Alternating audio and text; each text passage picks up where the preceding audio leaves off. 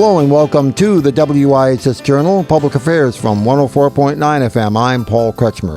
This is the second of 2 days with Michael Clark, who advanced and rose above his abusive behavior and is now working with people to surmount their abusiveness. My first question, is there a timetable that can be followed or is it very individual? Right. It's extremely difficult to put a time frame on the kind of healing and the kind of change that goes into that transformation from being abusive to being someone who's safe. We do see that individuals who take a multifaceted approach, they read about domestic violence and about the causes of what's causing their excessive need for control or their difficulty managing their emotions or whatever, and they are growing their faith and their understanding of how God sees them, and they are going to counseling, and they're doing journaling and reflecting on their own actions and how they're changing. When they do multiple things, that change happens faster, and it tends to be more complete.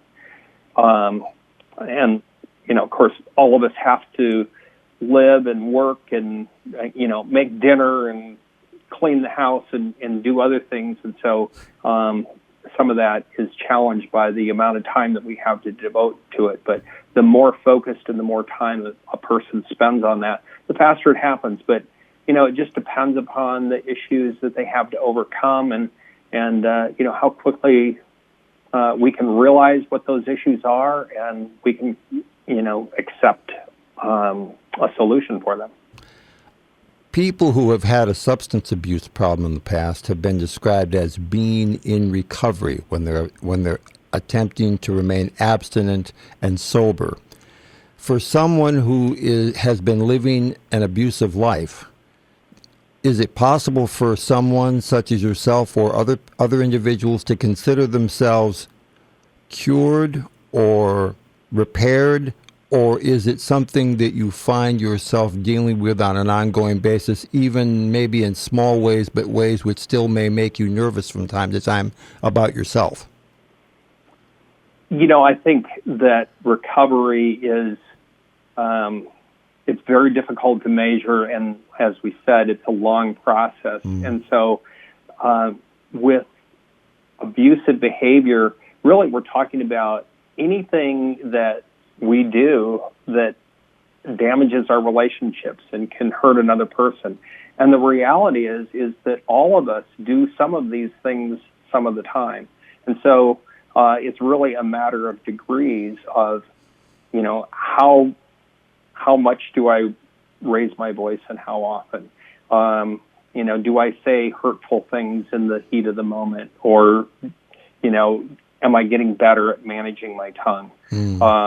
And so I think that it's difficult to measure that exactly. One of the things we encourage people to do is journal and to, get a snapshot of the situations and the reactions that they have in the moment. And as they continue to heal from those wounds that are causing those reactions, they can go back in their journal and see that, oh, I really have made progress. And so it's really a matter of degrees. I think all of us have to be aware of the different ways that we can damage our relationships and hurt our partners. Maybe we've never done anything physically, but emotionally there are all kinds of different ways that we can also do some damage there. And so I think we all need to be aware of, being in guard for that. Mm-hmm. When you recommend someone start journaling, if they feel or respond with something along the lines of, oh gosh, I've never done anything like that before, or I've never kept a diary before, or I'm not sure what I would write, or I'm not sure what I would say, where do I start? How do you help them get going at the beginning so that they can start the process instead of merely being worried about how they would do it and then not be doing it?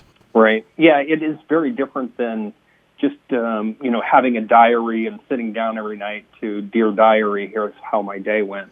We have a guidebook that is free and available on our website that talks specifically about what they should write down, questions that they should be asking themselves, and so it's that specific process of discovering what they're reacting to, discovering the emotions and the thoughts that might have been behind that reaction, and then taking that even deeper into, what sorts of identity issues like, am I lovable or am I worthwhile, might be behind that. And so through that process, we guide people in their journaling to get deeper and to get to the core of what's driving their behavior. So it is a very specific thing, and we give them that guideline to look at.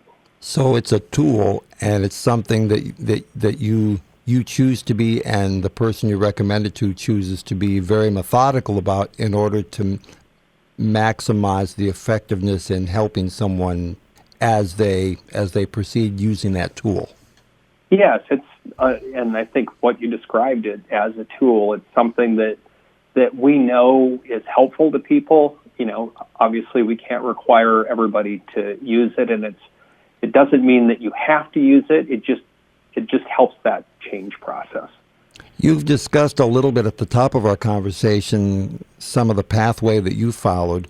What can you tell listeners right now about how you've taken what you've discovered about yourself and worked on your own behalf and on behalf of those that you interact with, and taken it to another level in terms of assisting other people who can find themselves confronted by this difficulty, and you find that you're empathetic for them and would like to take what you have learned and share it with other people?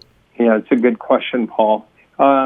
As I mentioned before, when I was going through the process, I really wanted to figure out why I was doing this, and I found that was a really hard question to answer. Most of the research I did on the internet was geared towards victims and what the victim should do.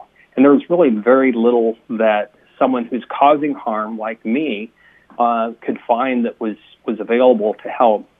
As part of being arrested for domestic violence, I was sent to a batterers intervention program, and I was really hopeful that would be helpful.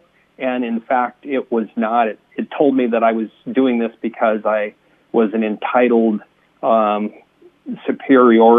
a superiority complex, and that didn't resonate with me at all. And as I looked around the room, the other guys in the room, and listened to their stories, that didn't seem to be the case for them either.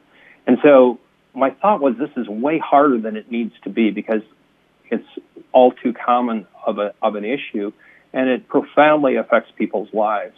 And so I thought, maybe if I figure this out, or figure some of this out, I can take what I've learned and reach back and help others. And so as I went through this change process and came out on the other end and felt better about myself and was able to have good, healthy relationships, that was just always on my heart. And so here, 3.5 years ago, God orchestrated my life so that, I just knew that it was time to do something tangible in that direction. And so I started the Ananias Foundation at that time, and that's really been our mission, is to provide guidance and encouragement for those who have harmed a partner but are looking to change. Thank you very much for the generosity of your time to speak with me by phone for the benefit of listeners in Connecticut and Western Massachusetts. We've been speaking to a gentleman who calls himself Michael Clark, and I appreciate very much the time you and I have spent together, sir. Paul, thank you so much for your time. My thanks once again to Michael Clark, willing to share his story about abusive behavior in the past and how he seeks now to help others to get beyond it. For further information, call us at 860-346-1049, 860-346-1049. The opinions expressed are those of the participants, not necessarily those of the staff or management of the station. I'm Paul Kretschmer on the WIHS Journal, Public Affairs from WIHS.